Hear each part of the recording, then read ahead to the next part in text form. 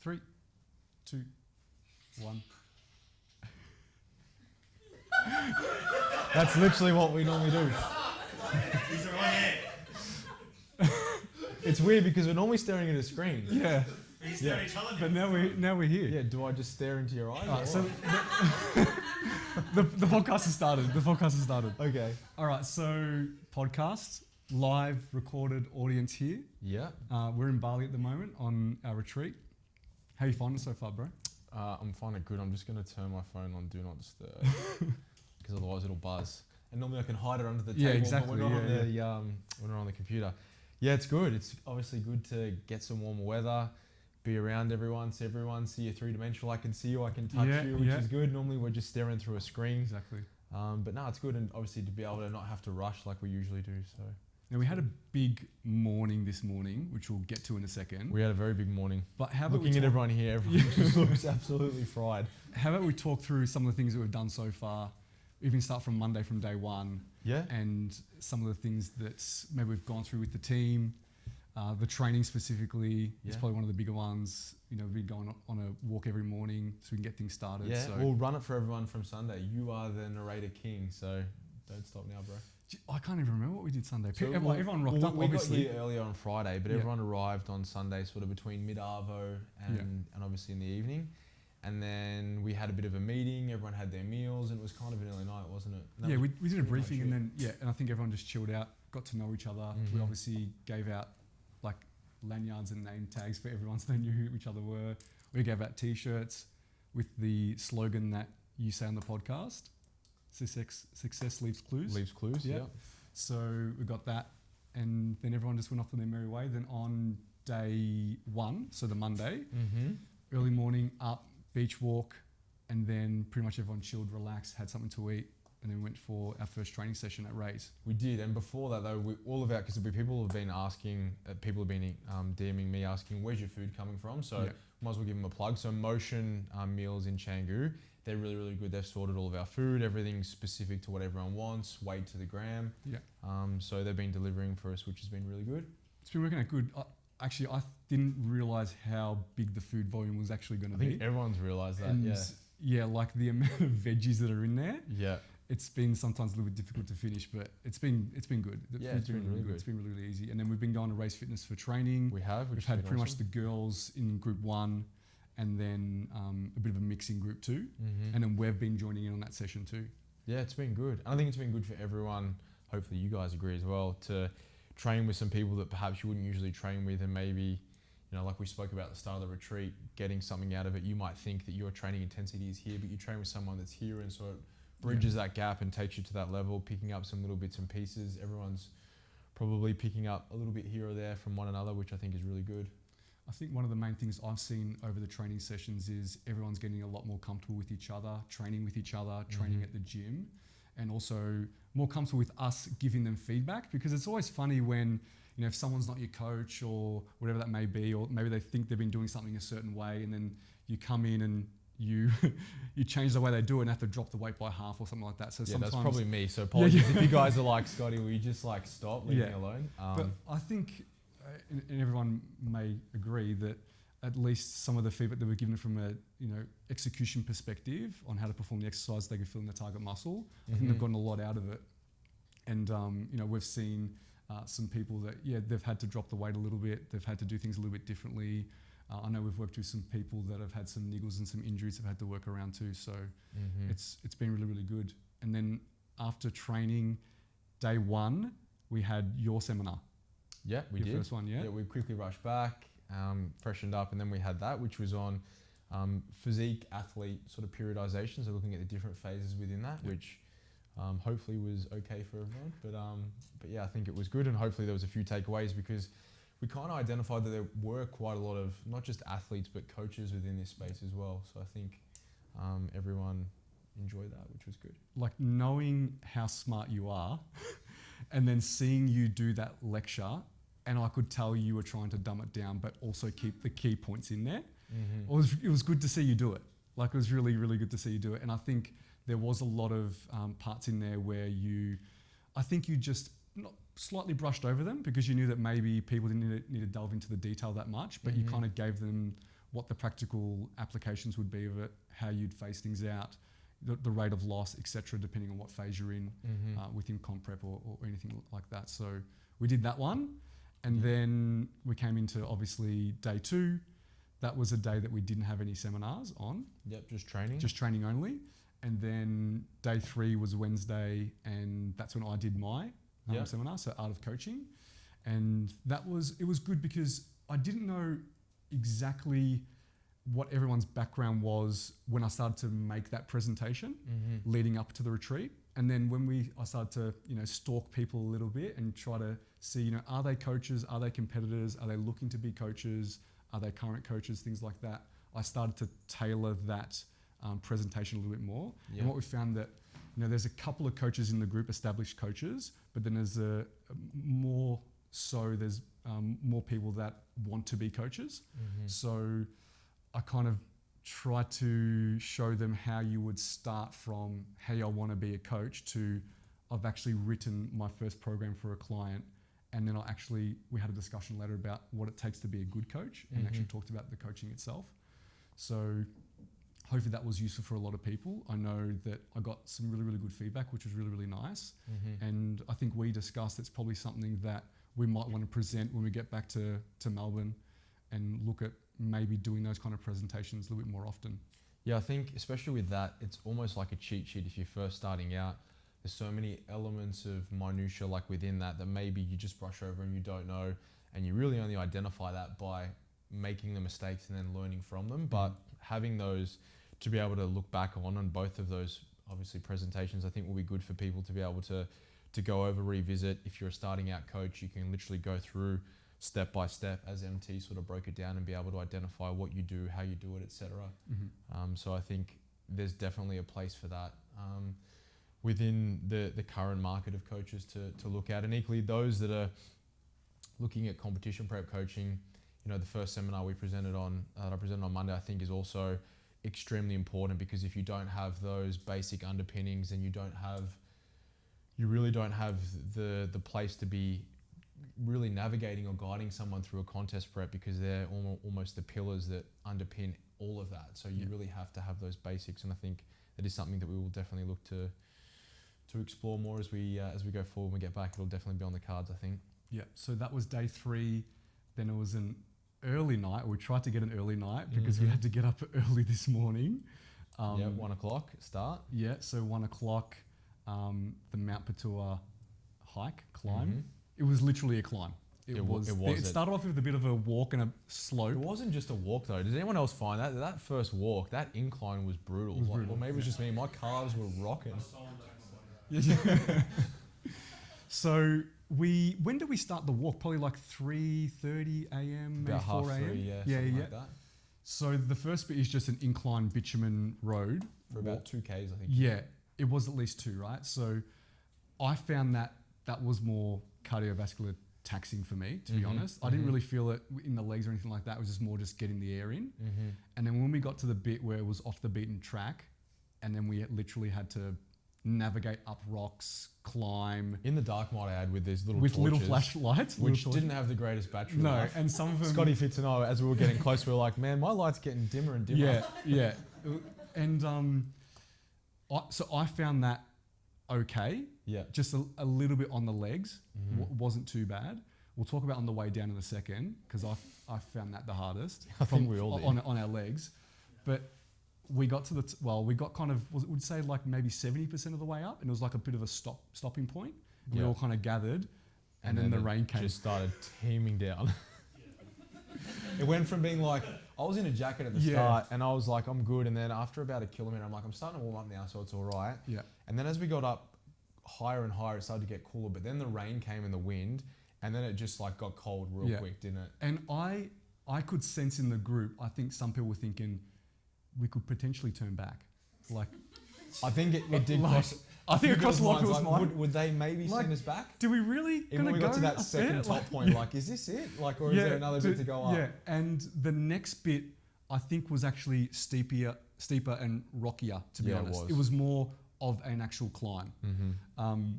But we soldiered on. I think it definitely built some character in a lot of people, and we got to the top, and it was raining, windy, foggy, cloudy. Couldn't see anything. Couldn't see anything.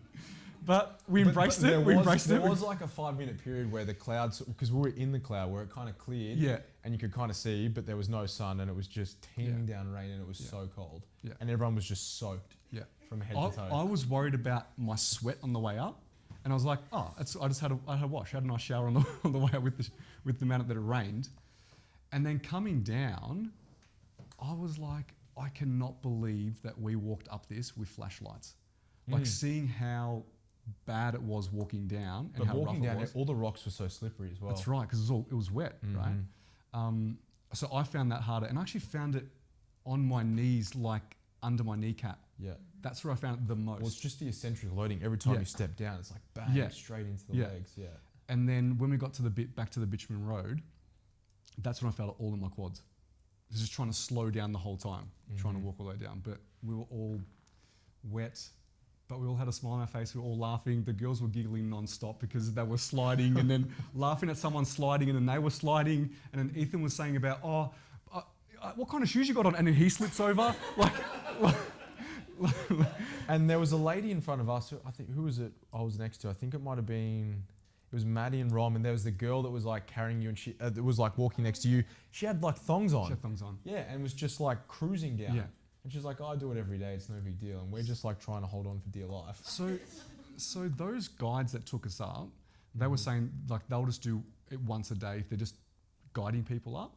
But if they're going up there to sell, drinks, whatever they're going to be selling up there, they'll go up like 4 times a day, right? They were saying 4 or 5. Yeah. So they would go up, carry all their merch up, try to sell it, come down, repack, go up, up, down, up, down. And these girls were like, they were like 17 years old, right? 12 years old, one of them. Yeah, because there was the girls at the top. We were walking around with like Mars bars and Pringles. Yeah. They got you, Alex. They got you. But yeah. Yeah. But the thing is, you gave them extra money, and they said, no. Well, you gave me an extra 10. Here's the chocolate bar, which is worth 10. I was pretty like sizzled at the time. I didn't know what was going on. I was just smiling. I didn't know what they were doing either, because I thought she was saying, no, it's more. And I'm like, surely you're not going to sting in more than $10 for a little chocolate bar. Nah. But I think it was, you gave her like a massive tip. It must have been like $2 or something. And she was just like, thank you so much. And Alex was just like, he was like, it's cool, just go. Yeah, just go away, leave me here.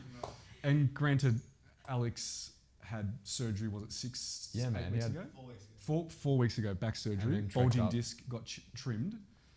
To make it up was incredible. Yeah, man, it was a monster effort. It was a massive effort. So yeah. I had little pass. I was like, I'm going. I'm going back. I think you embraced your army days a bit. Yeah, I had to. Yeah.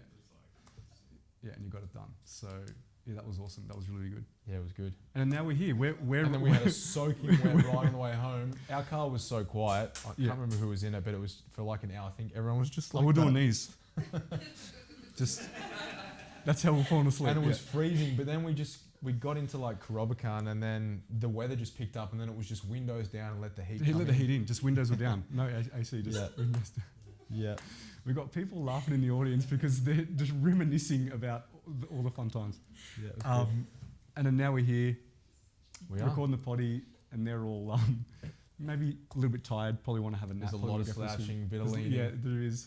They're also probably a little bit caffeinated too. Yeah. All right, so we got some questions. There's a lot. Now, most of them are anonymous, and I'm guessing some of them are from people here in this room, but There's some fun. There's some funny ones. But there's also some others that are asking some serious questions. So we're going to get to them. But the first one was, would you rather Timsy singing Spice Girls or sitting on the bus soaking wet for 2 hours? So Soaking wet. If anyone doesn't know, Timsy's mouth continuously does this, opens and closes, whether it's talking or singing. From like 3 a.m. at the camp. Everyone's sitting there composed, and then the next minute, the Backstreet Boys, I think, were playing at one point, weren't they? Spice Girls, or something. Yeah. So I think everyone would say soaking wet for 2 hours for that question, for sure. Michael's smile looks like everything's going all right. Going all right. I thought it's going to be all right. Oh, I thought it said makes me feel like it smells all right. That's why when No, I was laughing earlier, I was like, that's a really weird thing to say. Smile. Oh, I didn't read the question properly. I'm glad that when I smile, it makes you. It's going right. Projects Everything's confidence. good. Nothing's going wrong here. Okay. Any retreat attendees sharing a room with a snorer? Ooh, Did that's a good someone one. write this from here? Did someone trying to call someone out? No, but I did Oh. when I first met Mackie. I did ask her if she snores or not. I was like, is she going to out me right now? So no snorers? No, No? I snore, but like, No one out said. before I get there. No so one it's said fine. anything. All right, we're good. Everyone's good. Okay, we got some. I'm sure these aren't people here, but we got some ones about you and I taking our tops off, and who has the best poolside bod out of you and I? We haven't really been in the pool. Well, no, we haven't. After this, we probably will. Yeah. And if we're going to have an ice bath together, and can someone film it? Okay. I'm happy to have a nice Yeah, bath. I'm Just not happy- on a training day because I don't want to I'm blunt happy. my I'm happy to do that with you if you want to. training response. Yeah. Yeah. I think Amy went to one. Where's Amy? Yeah. I went You went. yesterday. It was good, wasn't Is it? it good? Yeah, it was really good. Yeah. So maybe we do it on Sunday, which is a rest Now I'm day. self-conscious because I'm like you're going to win this contest for sure. Oh, I don't know. It's about that, bro. guaranteed. Hey, you've just come off a mini so Some people have asked about when the next retreat's going to be. Mhm. So, when, where, how long? So, do we want to announce? I think we can. Yeah, go ahead. Yeah, so we obviously have our MBA Bali show, which is going to be on Sunday, October 27th. And then the retreat will be starting on Monday, the 28th. Yeah. So I've already had a few random people DM me, and I think a few have gone through the questions as well. So Yeah. we'll obviously put out some Expression info of on interest, that. I yeah. think you said you were going to do that after this retreat. And obviously those that were here that want to go again can absolutely do that. But yeah, so we're going to be here, same thing. Some of the content will obviously be a little bit different. Yeah. But we'll obviously get some good feedback from all of you guys as well, and anything that you thought was really good, we'll obviously keep. Things that you thought were maybe needing to be changed, we can obviously look at that as well. So Yeah, and we've identified areas for improvement too. yeah, for absolutely. sure. We sit down over a little reflexology Yeah, every we do. evening and just kind of We get a foot rub and we have a little business meeting. We do with a ginger tea. Yeah. So post the NBA Bali show, which will Yeah, be the which will last be on show of the Monday. season. Yeah. Yeah, yeah. And that's when we're going to do it. And we're going to hold it obviously here. Yeah, it'll be Yeah. here. Yeah. We haven't decided the length though. How long we want to hold it for. No, we haven't. So we'll have to map all that out. Yeah. And equally, it's probably not a bad thing to just again get some feedback. Yeah. I mean, we can ask everyone here now. Do you guys? How have you found? Like, it's hard to believe this is day 5, Oh, 5? isn't it? 4. Well, if you count. If you count Sunday. Sunday, Monday, Tuesday, Or Wednesday, Thursday. Yeah. 4th full day. Yeah. Yeah. So it feels like it's gone pretty quick, don't you reckon? I feel like if it was 5 days, you wouldn't have one for 4. I feel like 5 days would be pretty quick, Yeah. and it would be probably a little bit too much of condensing everything in terms of what you want to do. Mm-hmm. I think it's important to have some off time too. Yeah, definitely. It really depends on if people that are coming to the retreat have also competed at the Bali show, Mm-hmm. how long they want to stay in Bali post. Well, this that is the point. other Yeah. side of it, because I think for a lot of athletes coming off a contest prep, you're pretty fragile, like in that first initial week, and that's where a lot of people go into or tend to have a lot of issues, overfeeding, binging, and things like that. So I think for me, typically in the past, as soon as I've finished my preps, I always come straight to Bali, because as you guys know, it's so easy to be able to, you can get your food sorted, you can still eat out, but you can eat out and eat, wholesomely rather than eating shitty food, like going to Damazi's and having donuts and things like Yeah. that. But I think if you're in a community of people like this and you really want to look after yourself to regain some instant fat mass and then go about your processes right, doing it in a controlled environment would be pretty good, I think. So And I think we will tailor the content of the seminars to do with reverse and recovery. yeah, exactly. So I obviously touched on the recovery phase a little bit in the periodization seminar on Monday, but that would probably be a sole topic. I mean, all of those Yeah. different phases you could speak about for a couple of hours quite easily, but I think that's something that there still is probably a bit of a gap in terms of people's knowledge around what to do, what not to do, what's normal, what's not normal, not just for athletes, but also for coaches. I think there's a bit of old school mentality, like if you have an off-plan meal or you have a binge or an overfeed, that you got to go and do cardio and try and correct it, as Yeah, opposed to knowing how to approach it. So that will definitely be something that we'll be speaking about, I think. I think also during that time, people probably want to know about how to plan out an improvement season and off season. And how to make that transition to go from when am I recovered, what are some of the markers. Yeah. We touched on some of them basically the other day, but again, to be a little bit more specific, whether it's actual like blood markers as well as some of the qualitative metrics like libido, how you feel, food focus, hunger signaling, things like that. All right, before we get stuck in some other questions, the question about is Scotty permanently relocating to the UK? It's a whisper, it's a rumour apparently. I know, and it's made its way into Montmorency, but it's not true. I'm definitely coming back to Melbourne. So hopefully no one at the Saracens listens to this podcast, because otherwise I won't have a job when I get back. But yeah, we're definitely coming back. So end of June, early July. Okay. I'll be back.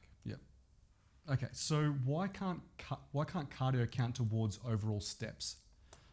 What's the idea behind doing half of your steps as intentional steps? So I think we need to go back a little bit. So in terms of steps, we're referring to that, and this is where some coaches are like, just do your 10,000 steps. And so you'll get some athletes who will literally go for a walk, they'll do 10,000 steps, and then they'll just sit on the couch all day, and they'll be sedentary. And I've sort of touched on a little bit about the importance of using cardio as a tool. And at the back end of prep, as a result of metabolic adaptation, what you get in terms of energy expenditure from steps versus what you could get from some specific cardio with a specific heart rate or a expenditure recommendation, the difference is night and day. Because you could have an athlete go for a walk, they do 4,000 steps, they might only burn like 100 calories when they're at the deep end. Versus if they go for half an hour and they're on the cross trainer, they might be able to get a 300 kcal energy expenditure in terms of time efficiency. That's a lot better rather than just dragging your feet, because we know with metabolic adaptation, the human body is designed to acclimate to the environment it's exposed to. So as we start to eat less and we're moving more and we're taking from the system, we start to accumulate a lot more fatigue. So you're eating less, you're training more, your body wants to try and mitigate that. So things like, you know, whether it's going for a walk, going upstairs to do the washing, vacuuming, your body will try to become more efficient and will use less energy to facilitate those tasks. So that's why when we have cardio, if we're like, we've got 30 minutes, this is our BP rate. As you start to get more conditioned at the back end of prep, you might, when you first do your 30-minute block of cardio in week 1, heart rate's at like 140. But in the back end, to get your heart rate up to 120, you've got to work so much harder, because obviously your heart has become so much more efficient, pumping blood around the body to the muscles that need oxygen. So you need to work harder to elicit that. Versus if you go for a walk, you're not going to be looking, oh, am I going at a good pace? I've done my 10,000 steps, so that's great. So I think it's important to separate the two. And steps are more or less built in to just be active, because we know that total daily energy expenditure is a combination of intentional exercise as well as obviously NEAT and our basal metabolic rate. But if you just do your steps and then you're using that as a metric, oh, now that's my activity for the day done, it doesn't count. We're talking about steps by like vacuuming, going to the car, stocking up the fridge, you know, all of those miscellaneous things. Yeah. So it sounds like the most important bit is really the calories burnt during the steps, the cardio, the activity. And that's what we want to try to make sure that we're aware of, and that we regulate and we plan into someone's structure. And if you were using steps as a bit of a proxy for some expenditure, and again, I just don't think that they're a worthy trade-off time for expenditure for what you're going to get. But if you were doing that, let's say that you go for a 2K walk, it's a walk around your block. If you're timing it or looking at the rate that you'll do it. So, I mean, I go for a walk when I'm in prep every morning just to start my day, but I'll literally start my timer and I'll be mindful so that if at some point I'm like, I'm behind where I need to be, I'll actually speed up to walk faster so that you can finish earlier. Because again, you're doing something in a quicker time frame. So it's kind of like overload. Yeah, and I guess with some people, and I know with some of my clients, is I'll just give them a step target, and if everything's working and they're pretty rigid, then it's not broken, why fix it?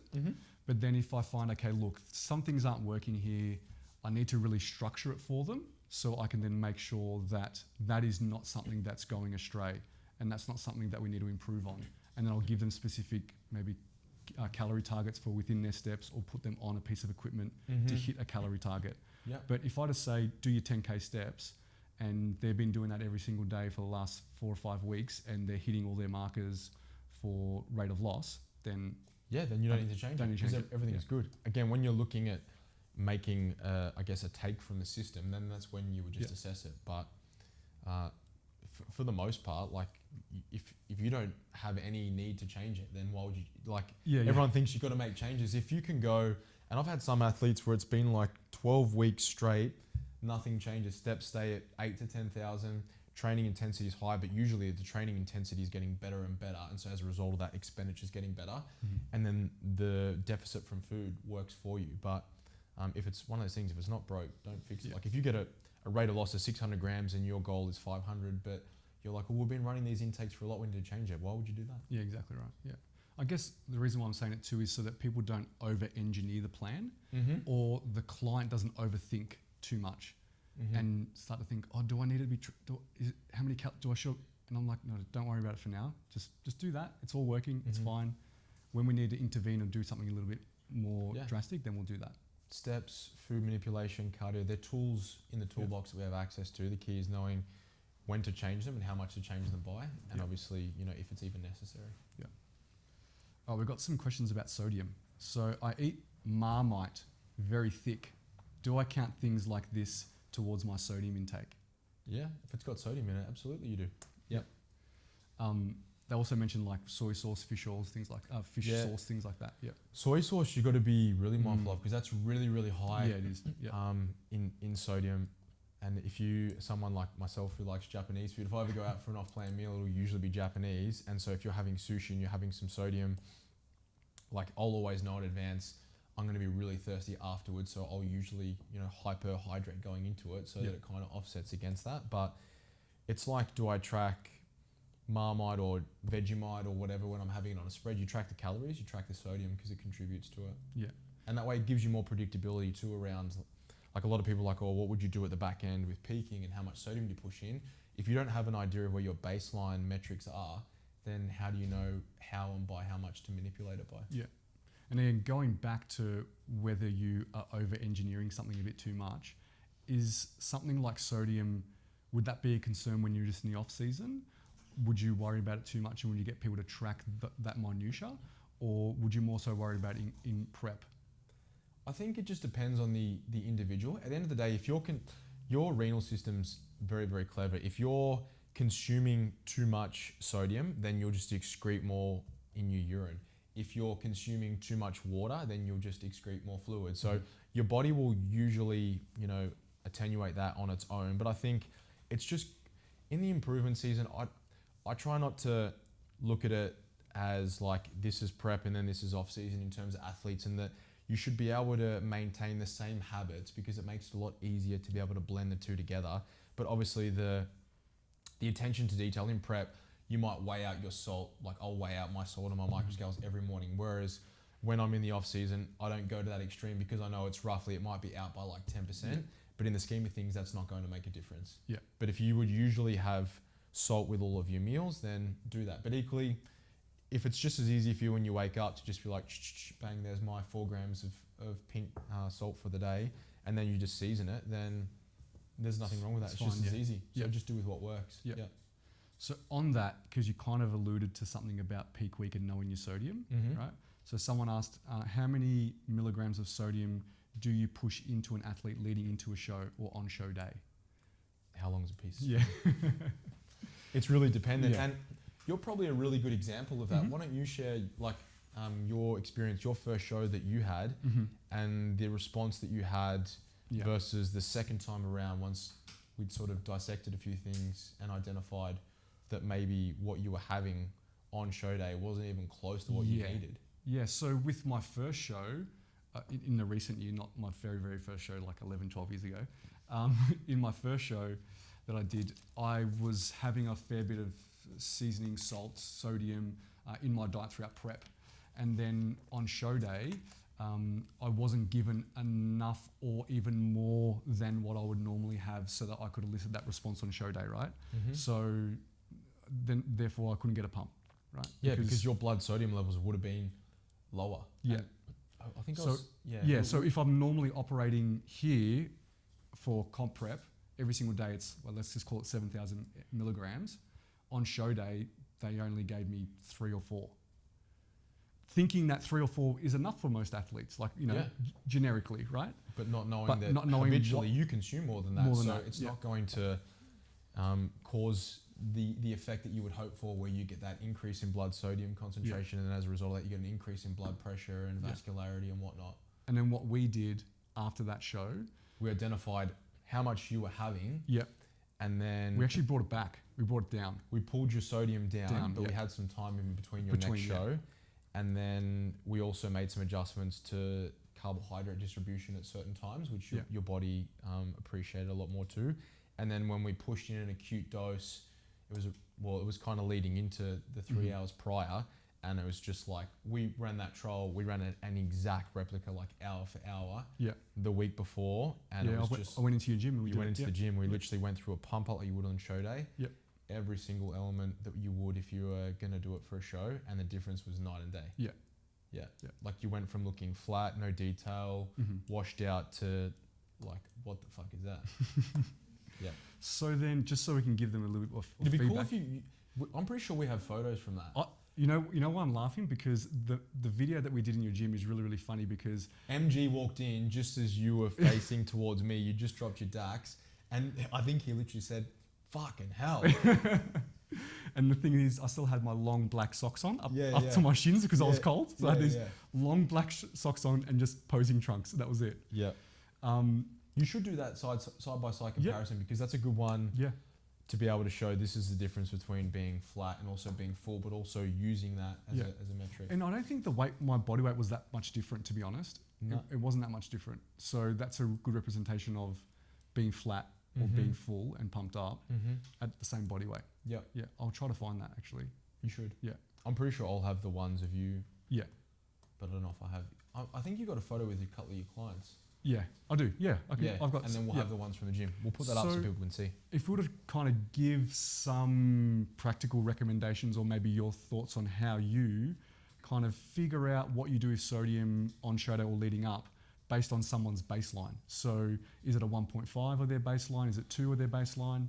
It'll usually depend on the time that they're on as well, because if I have someone that trains in the morning, they'll have usually had a little bit more sodium, because obviously want to make sure that contractions are good. Sodium's obviously important for that, but also that they're well high, all of those things. So we try and replicate. If you normally train at 12 and you're on at 12, what would your usual, bolus of sodium be? If it's like you would have usually had 1600 megs, in that case, we'll probably push in like probably at least double that. And then again, we're just monitoring and auto-regulating on the fly. It's one thing, you can have predictions and estimations on what you want to do and how you're going to do it, and you controlled it, but equally when you're there in the flesh, when you've got someone that's truly inside out, the look can change every 15 minutes to half an hour. And so that's why when shows are delayed, you need to be near your athletes. If you've pushed in sodium, like when you're ready to go, and then it's like, oh, we're back an hour, you need to know, okay, cool. So this look is going to peak in about 15 minutes, and then it's going to start to fade. So how do I auto correct that? And that's about, you obviously then need to know, when do you play the potassium card, when do you play the fluid card, how long do you pump up for, Yeah. et cetera, et cetera. This is probably something you're going to go through in your lecture tomorrow, right? There's a little bit in that. Yeah, there you go. to be continued. Yeah, TBC. Yeah. Okay, let's move on. So next one is about, hang on, here it is. Yeah. Can you explain the difference between anabolic and catabolic? And the different windows, eating windows post-training? Yeah, so anabolic or anabolism are usually, again, I always use the example when it comes to protein synthesis. If you think about like a brick wall, and so when you have a protein feeding, you're adding bricks for amino acids to the wall. So we get that, has everyone seen that diagram where it's a nice straight line, then you have a protein feeding, it goes up, and then there's obviously a refractory period where if you keep feeding protein, it doesn't just keep going up and up and up, it just elongates it up. But then obviously it's going to come back down and it falls below the line. You have a feeding and it goes back up. So when we're in an anabolic state, we're obviously above the line, and so we're hopefully synthesizing new proteins or new amino acids. And obviously when we're catabolic, then we're below that line. So the goal, obviously, if we want to accrue new contractile tissue, we need to make sure that we're above the line more than we're below the line. Okay. Yeah. Yeah, and there's things that's why we speak about, pairing a protein feeding with resistance training. We know that when we do that, we get an elongated protein synthetic response. But and that's why when people when they ask questions around, if I'm training fasted, do I need to eat? And it's like, you don't necessarily have to eat something per se like carbs or anything of that nature if you've already got carbohydrate in the night before. But it's good to have a protein feeding, because when you wake, you've obviously been in a period of fast 8-10 hours, so you would be in a catabolic state. But as soon as you have that protein feeding, provided it's a decent bolus and you've got some leucine in it, then obviously you're going to start to rise. Yeah, and then that's the reason why you would do that prior to training. Yeah, for sure. And I think if you do it prior to training, if I always have to choose between, I've got an athlete who I'm not going to have a chance to eat after I train, should I eat straight away afterwards or eat before? I'd rather push something in and push a larger dose in, and then just pair that with the resistance training, because you'll get that response spike. And we have research to support that. Now, if you've got someone that has 100 grams of protein versus someone that has 25, they'll both get to that line, but then one will stay at that line and one will drop down a little bit lower. So that's why net protein balance is what is most important. But equally, I think if you had to choose between the two, I'd always feed before going into that session. It's funny because the next question that we got was, can you break down BCAAs and what they do in the body, and if it's actually beneficial? This person said, I'm already taking creatine after a workout. Once upon a time, everyone, they were kind of the fad They were for a while, because they were the biggest hype. Everyone was taking them, and they were the secret to gains. And I think once we got a little bit more of an understanding at the role in which that just leucine plays, and then we know that as long as you've got around about 3 grams of leucine with a complete protein source of say 20-25 grams, you're going to get that maximized response. And so, to be honest, I look at BCAAs as just like flavored water. It's a waste of money. I think if you're taking EAAs, and does everyone know the difference between the two? Yep, so EAAs are essential amino acids, so they're the 9 essential amino acids that we need for it to be a complete protein source. And so if you were, say we use that example, like we're training fasted, like we mentioned earlier, if you had someone that wasn't going to have a feeding, or if you were going in to do your cardio, then I'd be like, having some EAAs will be good, because at least you can spike your amino acidemia levels within the blood. So at least that way you've got some protein in the blood, they're absorbed really quickly, and it kind of buys you a time. So while you're in that catabolic state, at least there's some protein that's going into the blood that's getting taken up to the muscle. I think people are starting to realize now too, because I'm seeing on the shelves and what people are having more EAAs than BCAAs. Yes, because we know more now. Yeah, and also too, you see on the supplement bottle, it says EAA plus BCAA. They haven't let it go yet. They still want to make sure that you know that it's in there, but I think it's starting to turn a little bit that the market wants and knows. Because if you were to have BCAAs versus someone that has EAs, you're getting a different response, because one has 3 of those amino acids, the other has all 9. Yeah, exactly. So, yeah. So if those that are looking at buying them, don't waste your money. Yeah. All right, let's switch to coaching. So thoughts on switching coaches 8 weeks out because that coach wasn't right for them, and they pushed them to their breaking point. So I guess what I would say is communicate with your coach first, because if you're at your breaking point and you haven't told your coach, there's probably a conversation you should have had. And there's a lapse in communication. Yeah, for sure. So I would do that before switching coaches. Obviously communicate with them first to get an understanding, and also give them feedback on how you're feeling. But for instance, if they still want to push that direction, they don't want to listen to you, and they don't want to get your feedback, and they still keep saying just suck it up and this is the way we're going to go, then maybe a conversation needs to be had with another coach. And sometimes preps can be saved, as we've seen. Yeah. Yeah. They can be, yeah. Ultimately, a contest prep is not a coach dictating to an athlete, and you alluded to it yesterday. It's a collaboration. You need to work in sync, and one thing that I'm very big on with my athletes is communicating the process, and so that they understand this is what we're doing and this is why we're doing it. Because it's one thing to make a decision like we're going to play this card and we're going to do that, but if you don't explain the rationale behind why that is, especially when you're in prep, if you're a first timer and you're nervous, it can create a whole lot of uncertainty and stress. That's a lot of the time it's just unnecessary. But especially with first timers, it's super important that you take the time to invest in them, because as they understand the process a lot better, it makes your job a lot easier. And then the next time, say it could be your second prep, and they're like, oh, okay, there's a reason why Michael's doing that. We did that last time and it was because of this. Yeah. And so they don't feel the stress or need. But equally, if they do, then by all means, it should be open dialogue. You have a question, and if we can't give a reason why we've made that decision, then the likelihood is then we shouldn't have made it. Yeah, if you feel like you're getting some resistance from a client, or maybe they are at their breaking point, I think you really need to get their buy-in for any additional adjustments or any additional pushes, because you really need to see that they're on board and they buy in. Because if you have that discussion and you ask them, are you willing to push? Are you ready? And they say yes, they'll go past their breaking point because they've decided to say yes. They've decided that this is what they want to do, right? Instead of the coach deciding and dictating what you should be doing, what you should be doing. Coach can ask, say, this is what the adjustment we should make, this is what we should do. Are you ready to push this hard? Are you ready to do this? You've got to get their buy-in first so that it's a team effort, right? You're doing it together. Yeah.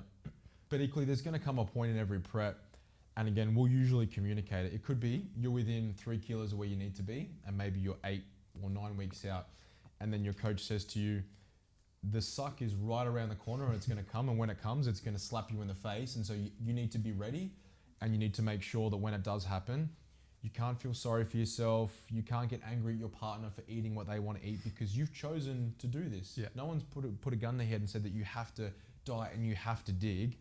If you truly want to be the best athlete you can, you have to embrace it. And for me, I'm like, lean into it, because if you're hurting at that stage, anyone that's going to be close to competing against where you're at is going to be hurting too. Yeah. And for me, the way that I look at it, I'm just like, we're both on a treadmill, and who's going to step off first? Yeah. And it's like, you need to be relentless. I refuse to be outworked. And if you have that mindset, I'm so hungry. If you're hungry, it means that we know that you're oxidizing fatty acids to obviously to fuel your demand. So this is a good thing. It might not feel like a good thing, but if you can frame it and you take that narrative for it, it makes it a whole lot easier. Yeah. It's almost like a sadistic thing when you're like, It I'm is a hungry, it's working. It is a little bit, Yeah. yeah. All right, I've got a bit of a long question, so That looks like a it long looks question. very long, doesn't it? Okay, I'll go through it. I'll go through it. Hey guys, absolutely love the podcast. Have a question. I'm just over 7 weeks out and found out that I have narcolepsy. I'm 22, have work, just started my own business, do full-time uni, and I'm prepping. I know it's a lot compared to others, but oops, I just lost it. Here we go. But it feels like I'm constantly falling asleep. I'm dragging myself around every day. I can barely stay up. I'm always tired. Now, I've been prescribed some medication for it, but my coach says that we shouldn't take it until after comp. Okay. I don't think I can function without it. What are your thoughts? Should I take this new medication now or wait till post-show? I think firstly, as a coach, you have a responsibility to your athlete first. And one of the first things that I'll say to every one of my athletes in this room would attest to this, that I'll always put your health first. So even if it means that it might be sometimes making a decision that you don't want me to make, I'll always be able to look at it objectively. So things like that, you've had a doctor give you medication for something that is clearly not right with you at the moment, saying that put it on hold and take it afterwards when you finish a physique. Stage is always going to be there. Fix that, get it sorted, get on top of it. If it means that you've got to terminate the prep a little bit earlier, I'm sure without knowing the details, maybe they did 16, 20 week prep, so you lost 10, 12 weeks. Who cares? Reverse out, get that right. But prep's only going to get harder. And if you've already flagged that you have issues, it's silly to keep going. And for me, like for a coach to say that, that's malpractice. Yeah. And I'd say yes, pull the prep if your coach is not going to budge, right? Or I'd say take the medication and actually see if it has any negative effect on your prep. It's probably not, right? Yeah. It's probably only going to have a positive effect. So you really got nothing to lose but to take the medication for your health. And if prep continues, so be it. If it doesn't, it's not a big deal. Yeah. But you should never ever compromise your health over a bodybuilding competition. Yeah, definitely not. Okay. Got another bunch of questions. I'll go through them. Okay.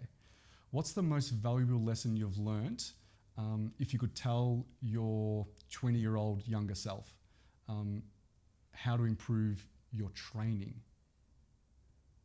So if you go back and tell 20-year-old Scotty, If I could go back, I would tell 20-year-old Scotty to give up playing semi-professional basketball, football, and focus on bodybuilding, because I didn't take it up till later. So I wasted all that time when I could have been so much more anabolic. Like all of these younger guys here that started in their earlier years, and I wasted that. So I think for me, I would probably admit that my ego was a lot bigger back then.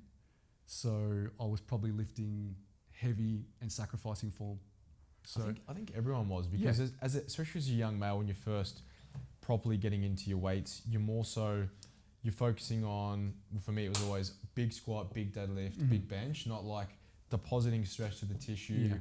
If you didn't get a meal in within an hour, like big deal. Like you go for a coffee with someone wherever, whereas but equally you don't, like I don't know what I know now when I was 20. So if I could go back and feed that knowledge, it would be good. But I think definitely concentrating on form, mind muscle connection, range of motion, all the things that are the basics now that back then when we were 20 we didn't really care about. All right. What do you think each other's weakest lagging body part is? Well, you coach me, so you know. You wrote my program. You know, just tell everyone. Well, what do you think it is? But everyone's going to say everything. Like I'm going to say, I need bigger delts, I need bigger arms, I need bigger chest. I'm going to say everything. But I actually said to someone the other day, they're like, oh, your chest looks like it looks developed. And I said, it only ever looks good in its muscularity poses and its side poses. Front on, it looks flatter, right? So like in a front double or something like that, it looks flat, right? So I think I still need to work on that. But you need some more upper chest, Correct. Which is why. I think I need bigger delts, but also bigger arms. And I know we had that discussion about, well, if you grow one of them, the other one's going to look smaller, and then vice versa. So you've got to bring them both up. Thanks, mate. No, And then I think from a back development perspective, it's probably one of my stronger points, but I lost tissue in my last prep. So that's because you dug way too hard.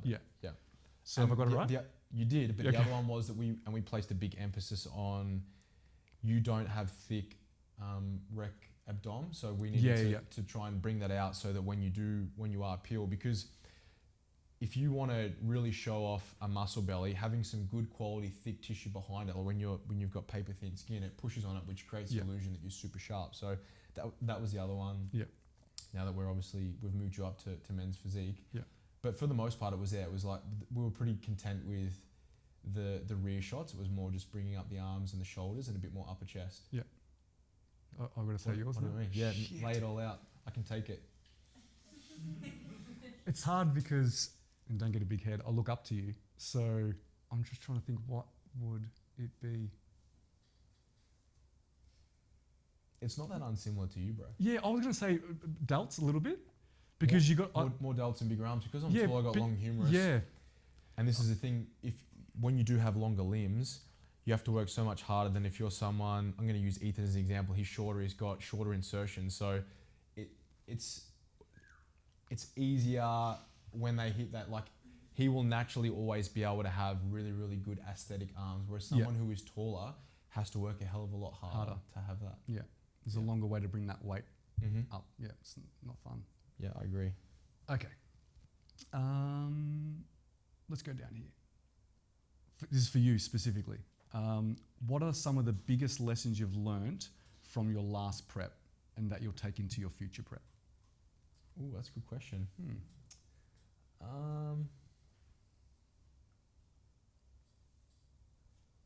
Probably the biggest thing that I learnt was just how much I can adapt to the environment. Like the last prep, in previous preps, I'm very, very methodical, structured. Like I have to train at exactly this time, versus traveling, getting on planes, having to troubleshoot, not eating at the time I would need to eat at, trying to make something on the fly, not having access to this. So, and understanding that you can still do that and manage things, quite well. And even going to Europe, still competing, not having what you would usually have.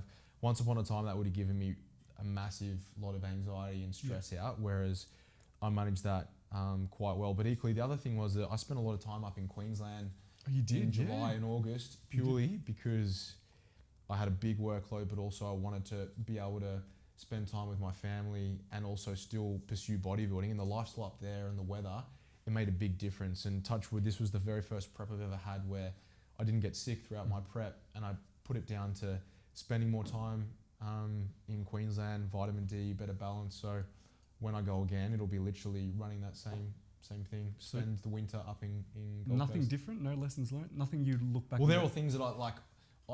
that you'll do different again next time. That I'll continue to do. I'll probably do more of it. I think I spent more of it. maybe 3 or more weeks, whereas I'll probably just spend maybe 2 weeks up, 1 week back. Yeah. And then continuing to just be okay with whatever happens. Like Mhm. obviously I did IFBB for the first time and not having any expectations, and I think having that mindset, whereas in the past I've always put so much pressure that I have to win. Yeah. Whereas now I don't really have that. It's more I'm more focused on I just want to be better. Like full transparency, I haven't said this to anyone, but I don't know whether I'll do I'll compete in natural shows anymore because I don't know that I have that desire to, like I've been there, I've sort of done it, whereas IFBB, everyone there's so much bigger, so much better. So for me, it kind of ignites me more to work harder in the off season, like it did last time, knowing that I'm going to go up against people that are enhanced, that have access to drugs that I don't. Mm-hmm. So I need to work harder and I need to be better. And I feel like in order for me to be a better athlete, that will push me more rather than knowing that I'm maybe staying in a safer place. And I don't really care about the results more. Yeah. Do I look better? Was my conditioning better? Was I bigger? Well, you pretty much won the overall pro in both the biggest natural federations, right? ICN and NBA. Mm-hmm. So Yeah, but I haven't. But where do you go for? Yeah, you got. Well, So yeah, yeah, it makes complete sense. for sure. But I think with IFBB not having any expectations and then actually doing okay within that fed, it's like it'd be cool to be one of the first natties to be able to go up and see how you go. And it's probably it's for a lot of people be like you're naive to think that, but equally I think you have to sometimes have, if your goals don't make people think you're dreaming and that you've got no idea, then you're probably not setting them high enough, at least for me. So and having that top echelon to shoot for, and equally kind of getting close and seeing the guy that won and being like, you know what, I want to see if I can go one step further next time. I've had a really, really good thought. So overseas, they have IFBB natural shows. Really? Yes. Okay. Yeah. There's Didn't not know many that. of them, but they have them, and you can get pro cards at them. Really? So all you need to do is, because you're from Australia, you need to do one show here Yeah. so to then get the special signature Mm-hmm. that you're allowed to compete overseas, and then they have natural ones overseas. Did not know So I that. know there's a couple in Asia, right? And there's also the Ben Weider one in the States. Wow. Okay. There you go. That's your next goal. Might have to look at that. That's your then. next goal. Yeah. Imagine you could go over there against the other natties and get an IFBB pro card. It'd be cool, but equally imagine if you were able to get a pro card against all the enhanced. Yeah. I'm getting greedy. Yeah, I you know. get greedy. You get greedy. Okay, talking about feds, ICN, NBA, IFBB, all that kind of stuff. Mhm. We got a question, and I want to kind of merge them kind of two together, but one of the questions was a natural fitness competitor, can they go into IFBB bikini? Because it seems to be the trend that, if someone does really, really well in fitness, Mhm. their next step is IFBB bikini, right?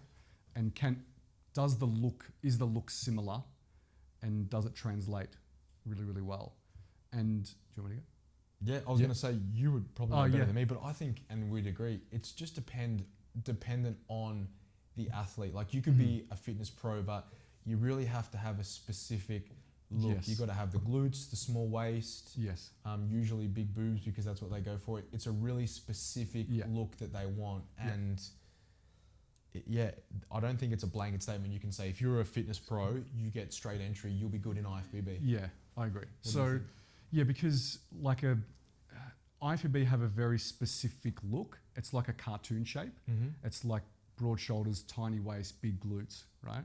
Now, that person can do well in fitness for any natty fed, Mm-hmm. but also you can get people that are just as conditioned and as lean, but maybe have a more of a shorter, blockier physique, which wouldn't go for in IFBB, Yeah. right?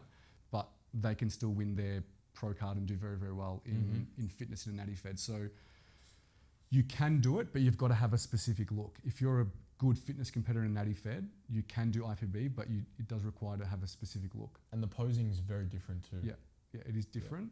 And there's only half turns, not quarters. And also too is in that back pose, specifically, they don't show their back. Their hair is down, covering. They're basically looking at the roundness of the delts and then development through the glutes and the glute ham tie-in, right? So I would almost say that an overly muscular fitness competitor in natty fed is probably going to be too big for an IFBB bikini competitor.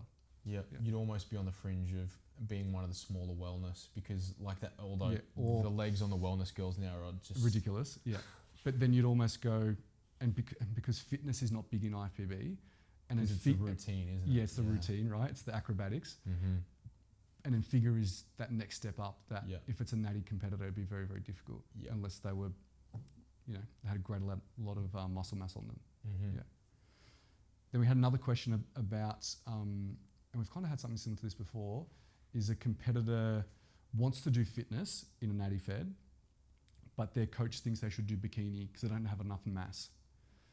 What should they do? How should they make the decision? And I think last time when we spoke about this, we said you'd rather be on the bigger end of bikini from a muscularity perspective than the smaller end of fitness because you're most likely... You're not even going to get a look in. Yeah, you're not going to get a look, right? So as long as you can get bikini level conditioning and you're not ridiculously big and look way out of place, I'd rather put someone in bikini than put someone in fitness if they're downsized. Yeah. And shape will usually be more rewarded in bikini. Yeah. So they've got to... Whereas in fitness, you've got to have the size, but you've also, these days, the conditioning standard is just, like in every division, it just goes up and up. Yeah. Okay. We're getting to the end.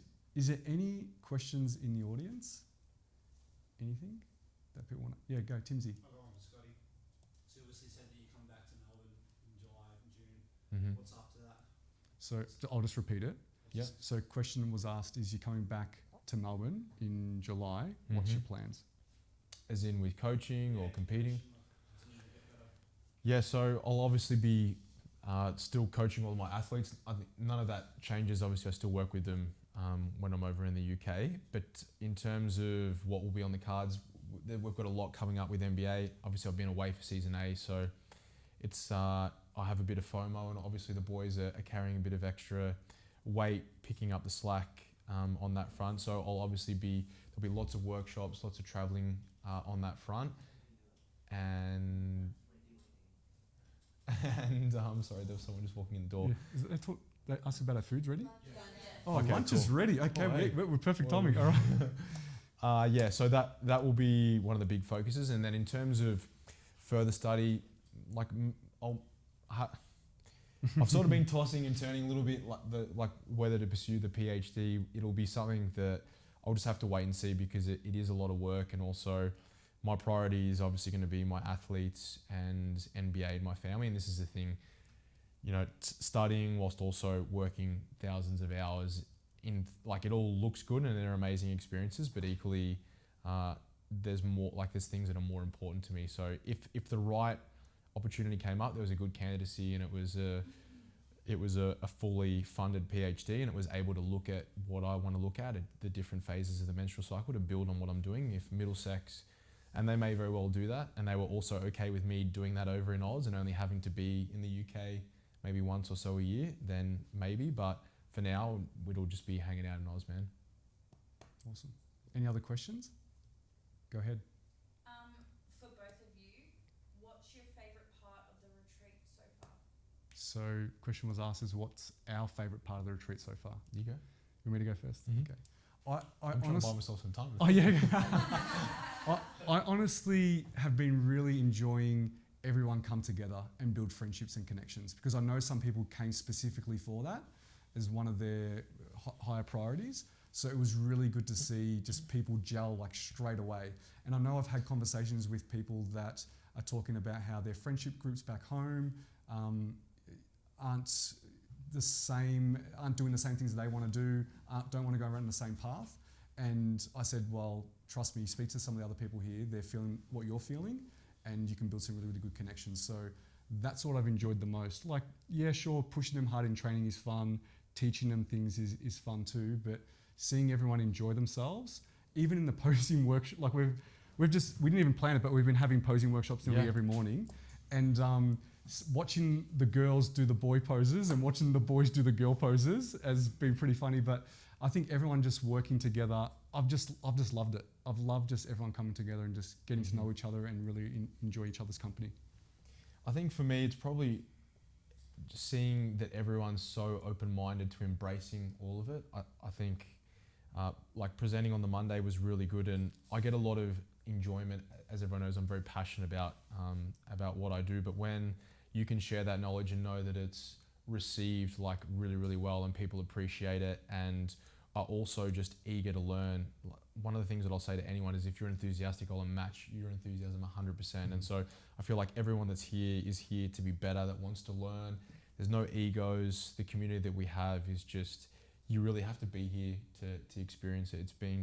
We knew that it was going to be good, but equally, and again, hopefully you guys feel the same way, but it's definitely exceeded probably our expectations. Yeah, definitely. I think it's based on the people that attend. To be honest, that's what 100%. makes it. Yeah, that's what makes it. The environment, yeah, and I think that's the thing. Having that like-minded community is super important. So yeah, it's been really, really good. Does anyone want to call out what they've enjoyed so far?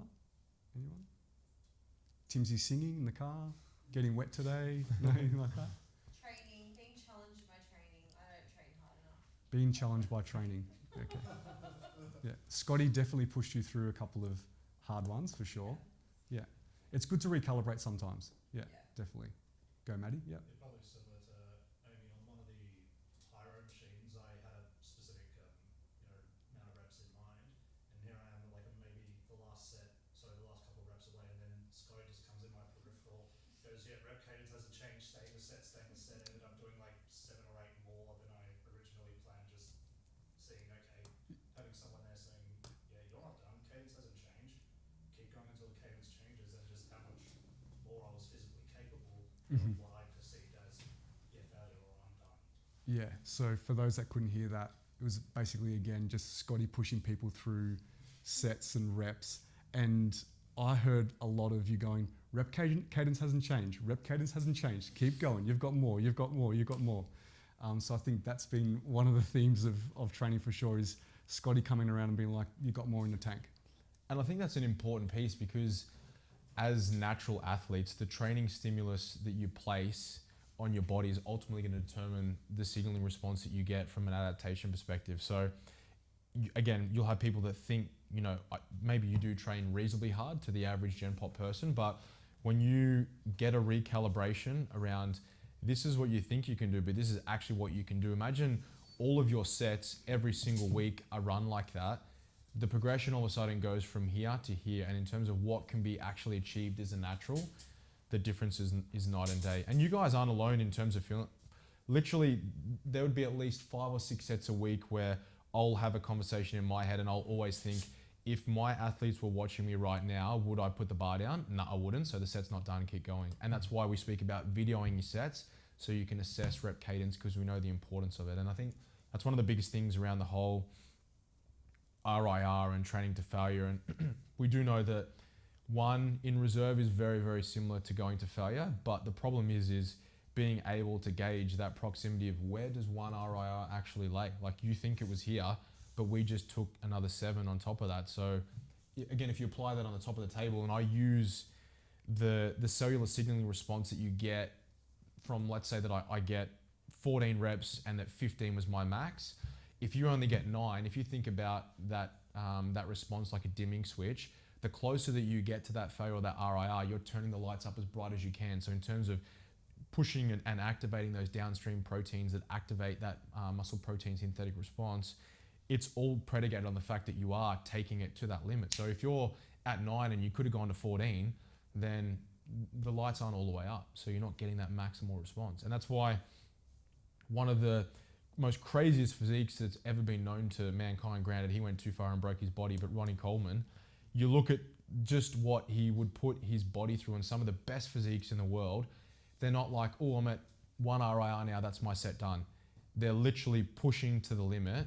And, you know, that's where I guess a lot of that whole success leaves clues. You got someone who's super rich, they're a billionaire, but your financial advisor has a 3-bedroom townhouse and drives a Mazda, and he's telling you don't do this, and the billionaire's telling you you should do this. Who are you going to take advice from? So I think as much as, yes, we want to listen to the science and literature, it's also context. Like, as long as you are actually going to that one RIR, then it's fine. But I think for most people, we're probably realizing that maybe you don't really know where that is, which is why sometimes it's good to just send it, even if you break down from a technique perspective, because at least that way, if you fail mechanically, you know where that line is.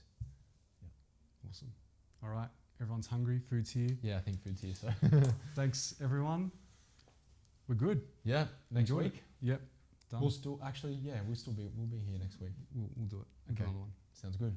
Thanks, guys. Thanks, guys. Thank you.